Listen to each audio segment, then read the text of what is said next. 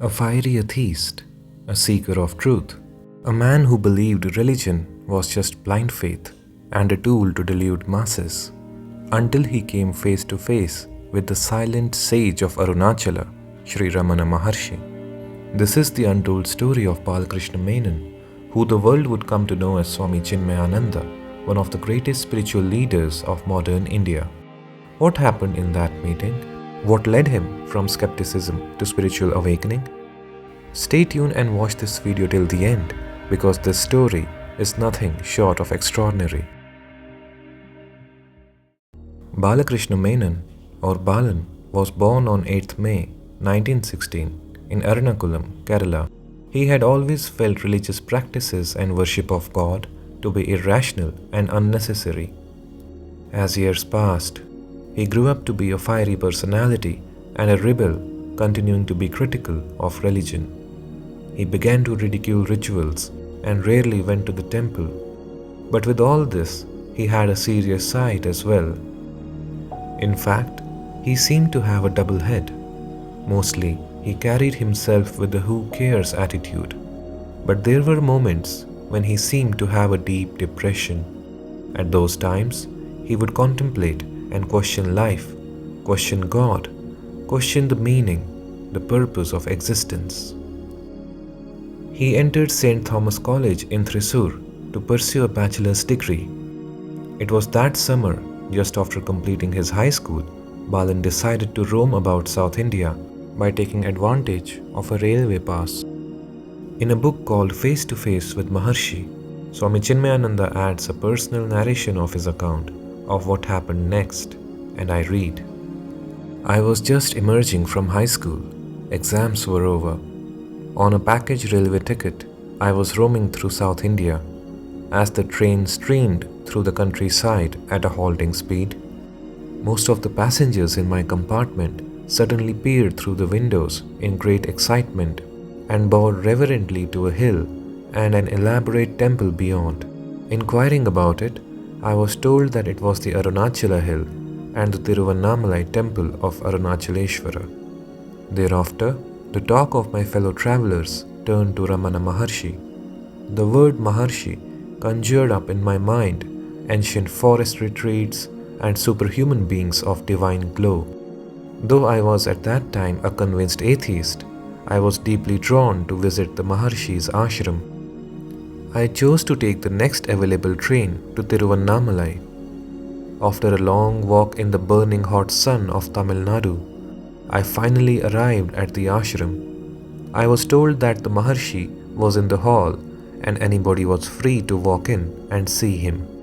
Upon entering the room, I was blinded as my eyes began to adjust to the dark interior. I saw the backs of people sitting. I saw some space at the front, and I made my way up to it. I slowly looked up, and to my surprise, I saw there was an elderly human form on the platform, wearing nothing but a loincloth, reclining against a round bolster. I sat down at the very foot of the couch. His eyes were closed, but then, at that exact moment, Maharshi suddenly opened his eyes and looked straight into mine. I looked into his. A mere look, that was all. I felt that the Maharshi was, in that split moment, looking deep into me, and I was sure that he saw all my shallowness, confusions, faithlessness, imperfections, and fears. Now, before we proceed, I would like to sincerely thank all the members who are currently supporting this channel. If you would also like to support our channel and get some exclusive perks in return, then please make sure to hit the join button, select the relevant membership subscription, and become our valued member. I cannot explain what happened in that one split moment. I felt opened, cleaned, healed, and emptied. A whirl of confusions, my atheism dropping away, but skepticism flooding into question, wonder and search. My reason gave me strength, and I said to myself, it is all mesmerism, my own foolishness. Thus assuring myself that it was all hypnotism, I got up and walked away. Swami Chinmayananda's writing continues. But the boy who left the hall was not the boy who had gone in some 10 minutes before. After my college days, my political work, and after my years of stay at Uttarkashi at the feet of my master, Tapovanam, I knew that what I had gained on the Ganges banks was that which had been given to me years before by the saint of Tiruvannamalai on that hot summer day by just a mere look. This narrative provides a rare glimpse of Swami Chinmayananda talking about his own spiritual experience. It also leads to other thoughts. There were many that lived in the Maharshi's ashram. Did they not have such an impact like the one that Balan had? How about the hundreds, if not thousands, who met this Maharshi, even briefly? Did some of them quietly get awakened and achieve sainthood? Perhaps the intensity of the Maharshi's impact on the person depends on the readiness of that person. Balan was perhaps already at a point in his journey where he was ready and tuned in for such an impact, although he didn't know it at that time.